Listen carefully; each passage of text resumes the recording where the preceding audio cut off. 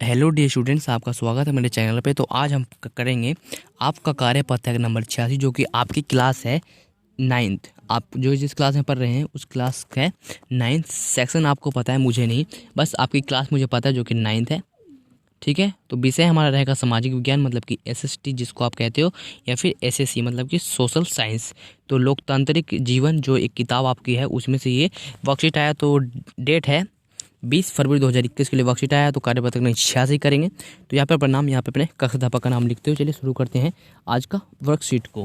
तो आज का वर्कशीट बिल्कुल आसान होने वाला है। तो देख लेते हैं पहले वर्कशीट। इस वाले वर्कशीट में कुल 10 क्वेश्चन आए, टोटल 10 क्वेश्चन आए। चलिए पढ़ते हैं इसको एक एक करके। तो फर्स्ट क्वेश्चन इस तरह का है, पार्ट नंबर 3 में से आया, संविधान निर्माण पुनरावृत्ति 2। तो पार्ट नंबर 3 में से आया, किताब का नाम यहाँ पे लोकतांत्रिक राजनीतिक। तो क्वेश्चन नंबर हमारा 1 है, ऑप्शन चुनने वाला है। तो निम्नलिखित में तो कौन सा संविधान सभा के सदस्य नहीं थे, मतलब कि मेंबर नहीं थे। कौन से निम्नलिखित में से कौन सा संविधान के सभा के सदस्य नहीं थे, मेंबर नहीं थे। तो इसमें से 4 ऑप्शन आपको दिखेगा। फर्स्ट है कि डॉक्टर भीमराव अम्बेडकर, पंडित जवाहरलाल नेहरू, सेकंड और थर्ड है महात्मा गांधी, फोर्थ है डॉक्टर राजेंद्र नाथ प्रसाद। तो इसमें से नंबर 3 सही आंसर है, मतलब कि महात्मा गांधी हमारे संविधान सभा के सदस्य नहीं थे। तो नंबर 3 पर आपको टिक या साइन या आंसर लिख देना है। अब देखते हैं नंबर 2 क्वेश्चन भी इसी प्रकार का है, कुछ चूज करना है इसमें भी। यंग इंडिया पत्रिका निम्न में से किसके संबंधित है? जो है एक पत्र है यंग इंडिया, तो इसमें से किस पे आपका आंसर दिखेगा? तो इनमें से किससे संबंधित है? ये भी हमारे महात्मा गांधी से ही संबंधित है। ठीक है, आप देखते हैं अगला क्वेश्चन। तो नंबर 3 है कि संविधान सभा के अध्यक्ष कौन थे? तो संविधान सभा के अध्यक्ष कौन थे? तो वो थे डॉक्टर राजेंद्र। तो इसका वाला आंसर आपको नंबर 3 का आंसर आपको ये वाला लिख लेना है। ठीक है, जो यहाँ पे दिख रहा होगा आपको डॉक्टर राजेंद्र प्रसाद, ये वाला इस पे आंसर लिख देना है, राजेंद्र प्रसाद। स्टार्टिंग में पहले डॉक्टर लगा देना। ओके, राजेंद्र प्रसाद, ये वाला सा है, फिर आका मात्रा है, फिर दाया। ठीक है, प्रसाद है। नंबर 3 का क्वेश्चन ये हो गया। अब हमें रिक्त स्थान का भरना है। तो भारतीय संविधान की आत्मा संविधान के खालिस्तान में बसती है। तो वो किस में बसती है? वो प्रस्तावना में बसती है। ठीक है, तो यहाँ पे उसका नाम लिख देना, प्रस्तावना। ठीक है, प्रस्तावना। तो आपको सेम टू सेम इसमें खालिस्तान में लिख लेना है। चलिए अब देखते हैं नंबर 5 क्वेश्चन कुछ इस प्रकार का है कि संविधान संशोधन किससे कहते हैं? संविधान संशोधन किससे कहते हैं? तो इसका आंसर ये वाला आंसर जो मैं अभी बता रहा हूँ। सो डियर स्टूडेंट्स, ये रहा प्रश्न नंबर 3 और प्रश्न नंबर 4 का उत्तर, कि आपको कोई दिक्कत ना हो इसलिए मैंने इसमें आपको लिखवा दिया है एक बार फिर से कि संविधान सभा के अध्यक्ष कौन थे। तो वो थे डॉक्टर राजेंद्र प्रसाद। और नंबर 4 पे था रिक्त स्थान भरे, मतलब खालिस्तान को भरना था। तो क्वेश्चन कुछ इस प्रकार का था कि भारतीय संविधान आत्मा संविधान के खालिस्तान में बसती है। तो वो किस में बसती है? प्रस्तावना में बसती है। तो ये वाला इसमें लिख देना। आपको ये वीडियो कैसा लग रहा है कमेंट भी कर दो। अब चलिए प्रश्न नंबर 5 करते हैं, इसका आंसर देखते हैं। सो डियर स्टूडेंट्स, इसका आंसर ये है प्रश्न नंबर 5 का उत्तर कि संविधान संशोधन किसे कहते हैं। तो उसका उत्तर है संविधान में समय समय पर किए जाने वाले बदलाव को संविधान,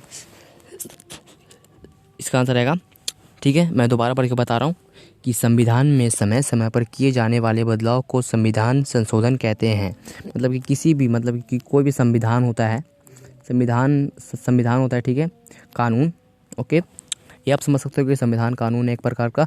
तो संविधान में समय समय पर किए जाने बदलाव को संविधान संशोधन कहा जाता है। तो इसका आंसर ये हो जाएगा। चलिए अब देखते हैं नंबर 6 क्वेश्चन। तो नंबर 6 वाला क्वेश्चन कुछ इस प्रकार का है कि संविधान की उद्देशिका किसे कहते हैं?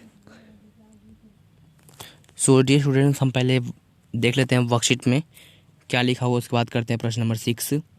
ठीक है, तो प्रश्न नंबर 6 है कि दिए गए अनुच्छेद को पढ़कर प्रश्नों के उत्तर दीजिए। ठीक है, तो संविधान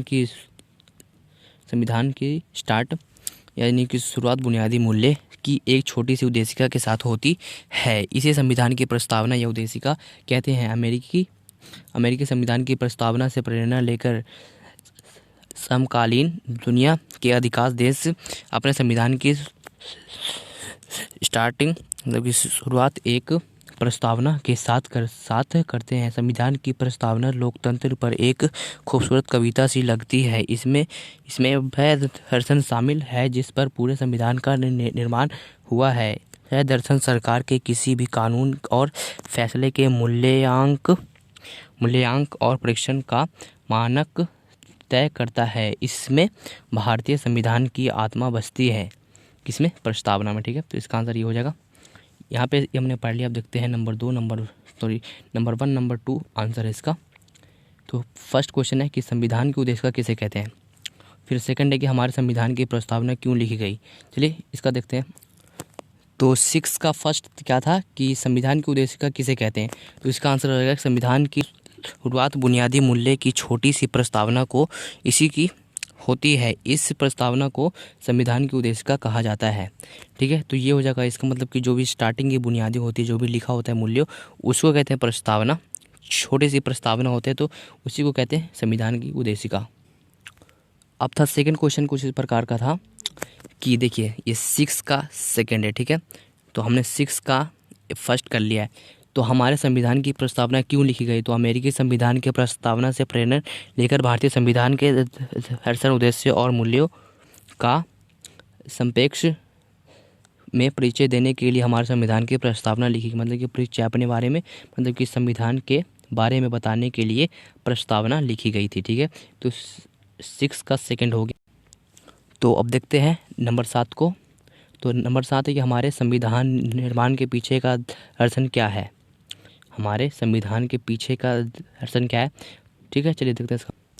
तो आपको प्रश्न नंबर 7 का उत्तर ये यहाँ से मिलेगा कि हमारे संविधान के पीछे का दर्शन क्या है। तो हमारे संविधान के निर्माण के पीछे का दर्शन स्वतंत्रता संग्राम के से को प्रेरणा देने वाले मूल्य और दिशा निर्देश है। भारतीय संविधान की सारी धाराएं इन्हीं के अनुरूप बनी है, जैसे लोकतांत्रिक शासन, धर्मनिरपेक्षता, सामाजिक, आर्थिक व राजनीतिक न्याय, स्वतंत्रता, समानता, बंधुत्व, राष्ट्रीय एकता एवं अखंडता। तो ये सब हैं हमारे संविधान के निर्माण के पीछे के दर्शन। ठीक है, तो या फिर आप इस तरह से लिख सकते हो, यहाँ से नहीं, यहाँ से आप इसका आंसर भी लिख सकते हो अगर छोटा सा लिखना होगा तो। ठीक है, यहाँ से लेकर यहाँ तक भी आप कर सकते हो। ठीक है, अगर आपको ये पूरा कर लोगे तो सही रहेगा। चलिए देखते हैं नंबर 8।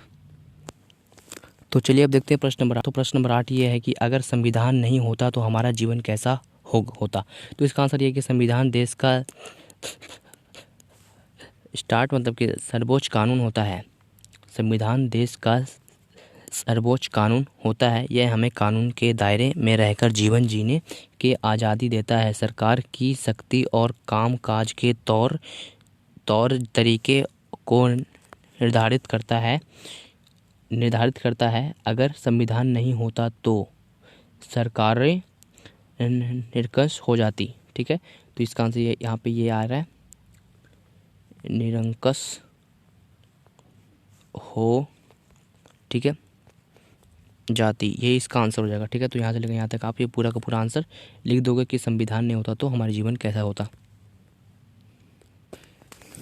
चलिए अब देखते हैं प्रश्न नंबर 9। प्रश्न नंबर 9 भी बिल्कुल आसान है, आपको भी इसी तरह से कर लेना है कि भारतीय संविधान ने देश के भेदभाव समाप्त करने के लिए क्या योगदान किया।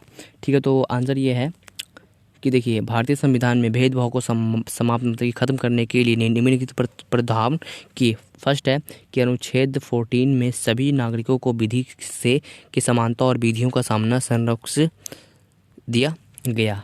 सेकंड पॉइंट है कि अनुच्छेद 15 के तहत राज्य किसी भी नागरिक के साथ धर्म, जाति, वंश, लिंग, जन्म स्थान के आधार पर भेदभाव नहीं कर सकता। मतलब कि इनमें कुछ भेदभाव नहीं कर सकता, इनमें अलग कुछ नहीं कर सकता। ठीक है, और नंबर 3, ठीक है, अनुच्छेद 16 के तहत सभी नागरिकों को सेवाओं के अवसर की समानता प्रदान होगी। मतलब कि सभी को बराबर सेवाओं का अवसर मिलेगा। अब नंबर 4 है कि अनुच्छेद 17 के तहत अस्पृश्यता मतलब कि छुआछूत का अंत किया गया। मतलब कि इसको भी, जो एक बीमारी थी छुआछूत को, उसको भी खत्म कर दिया गया पूरी तरह से। वो देखते हैं लास्ट वाला। तो अंतिम वाला क्वेश्चन ये है, ठीक है, तो आप इसको यहाँ से लेकर कर लेना कि हमें संविधान के नियमों का पालन क्यों करना चाहिए। तो इसका आंसर ये है कि हमें संविधान के नियमों का पालन अवश्य करना चाहिए, क्योंकि ये नियम नागरिकों के हितों मतलब कि फ़ायदे के लिए तथा कानून व व्यवस्था बनाए रखने के लिए बनाए गए हैं। तथा लोकतंत्र की सफलता के लिए भी आवश्यक है सभी नागरिक अपने कर्तव्यों पर और नियमों का पालन करें। तो हमें संविधान के नियमों का पालन करना चाहिए। ठीक है, तो यही इसमें बताया गया है। तो इसका आप स्क्रीनशॉट भी ले सकते हो। यहाँ पे कुछ नहीं दिख रहा होगा तो ये रहा, दिख रहा होगा। ठीक है, इसका आप पूरा का पूरा आंसर दे दोगे। तो मिलते हैं अगले वीडियो में, तब तक के लिए गुड बाय। नीचे में सब्सक्राइब बटन दिख रहा होगा, जाके वहाँ पे सब्सक्राइब कर देना और लाइक भी कर देना। मिलते हैं अगले वीडियो में, तब तक के लिए गुड बाय।